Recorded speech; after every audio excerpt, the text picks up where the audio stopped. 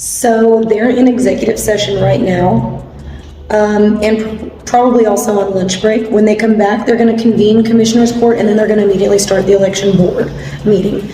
That's where we're going to be discussing numbering the ballots according to law so that we can properly do our audits, okay?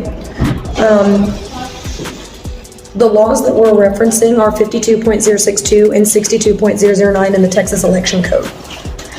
There's no law that authorizes abandoning those existing statutes. That's the law as it's written, that's the law on the books. The Secretary of State was delegated a limited authority in which they're allowed to create rules to implement certain sections of certain chapters. But that limited authority does not give them the power to waive or amend existing statutes or outside statutes, but that's what's happening. The Secretary of State is going with whatever these voting system manufacturers are recommending for use in our machines. They're doing no due diligence at all. And if they think that it's fine, then they'll just say, sure, I'll authorize this. Even though it is in contrast with existing statute, I'll authorize it and I'll just say they don't have to follow that statute. And that's not really what the SOS's job is. They are an enforcement mechanism. They do what they're told. They don't actually create rules with the force and effect of law. So right now, we're going up to convince our county election board to follow the law as it's written, not just go with whatever the Secretary of State says, and to include the sequentially numbered ballots in our elections so that we can properly, timely, and meaningfully audit our records. We've been working on this for a while. In fact, I brought up a report today, and I've turned it in, a report I wrote almost 3 years ago related to this. It's finally on the agenda. So thank you to Clint Ludwig, our new EA, who took over for Hyder when Hyder skipped town. And thank you to County Judge Tim O'Hare for getting this on the agenda. Very, very important. We can't take care of anything, including the border, the schools, you know, the LGBT stuff. We can't take care of anything unless we have proper representation, and the only way to get that is to have elections that we can properly audit and therefore trust. Okay, thanks, bye. Anyways, you know, when the League of Women Voters shows up, this is a Democrat-pushed agenda to move away from following the law as it's written. There's no statute authorizing abandoning the numbering of ballots, which is required by state law. This is existing law. This is not a new concept. We got the League of Women Voters in here opposing the numbering of ballots. We have one clown in here saying that adding numbers to the ballots as it's written in the law to prevent the insertion of unlawful ballots is voter intimidation, is voter suppression. That's the new racist. That's the new thing. All right, next we have Jay Cooley. Is Jay Cooley here? Well, the way it looks here is Jaycooley. Yeah. How about Aubrey Campbell? You know I'll shut up.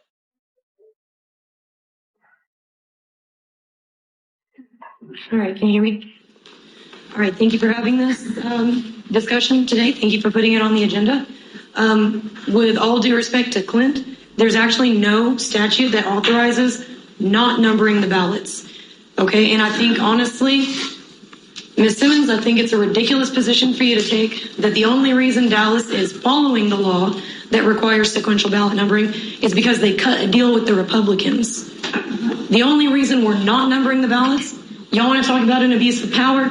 Y'all want to talk about separation of powers? Y'all want to talk about the bureaucracy? The only reason we're not numbering the ballots is because the Secretary of State has abused their limited authority granted to them by the legislature to waive the necessity to follow existing state statute. This is not a new concept, Ms. Simmons. This is existing law, 52.062 and 62.009. All right, and in fact, you've all got a copy of a ballot numbering report that I wrote several years ago.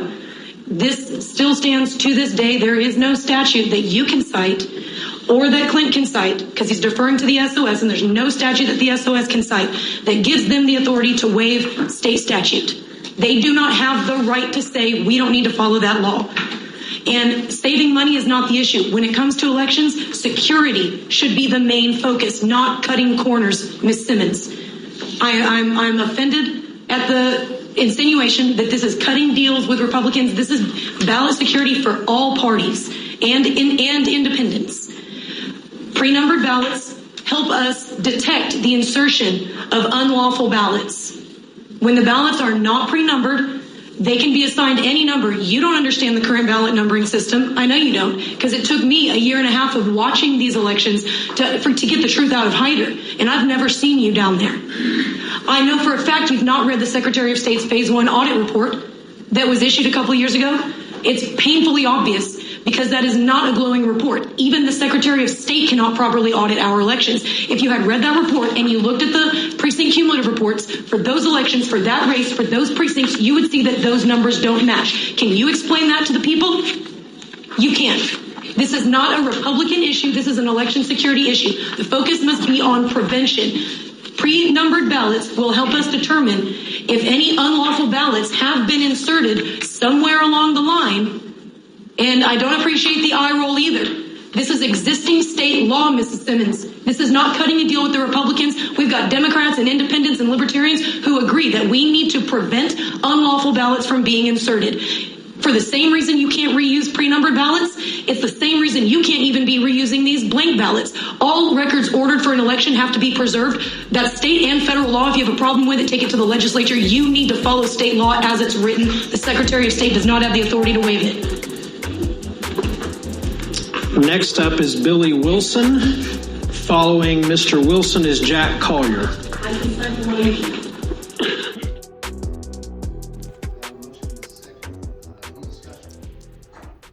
Chair, I think that we've got a room full of judges, voting judges here. And I just want to say thank you for your service, Mr. Williams. We had 30 years. I'd like to see another 30 years if you could do it. Not a problem. But I just want to say thank you all for your service and your concerns today. Thank you. With that, we will now move on to a vote. I'm going to abstain since this is specifically directing me in the conduct of the person of a sequential ballot. I will abstain from this vote. Come on, guys. Is discussion still on the table? Yes. Because it's my understanding that you have the right to do that regardless of the vote. So exactly what are we voting on? We're voting on the motion that I procure pre-serialized or pre-numbered Pre-printed sequentially numbered ballot stock, and that Clint Ludwig is approved to be responsible for procurement of other election supplies for the November 5th, 2024 election. And is that his duty and responsibility to do that regardless of how this vote ends? Well, he does not have to, as far as I know, go procure pre-printed sequentially numbered ballot stock. This board, so that is something that I've made a motion to direct him to do, which is the prerogative of this board. The other option, the other item, procure election supplies, this is something that's done every year, roughly around this time, that we designate him to do.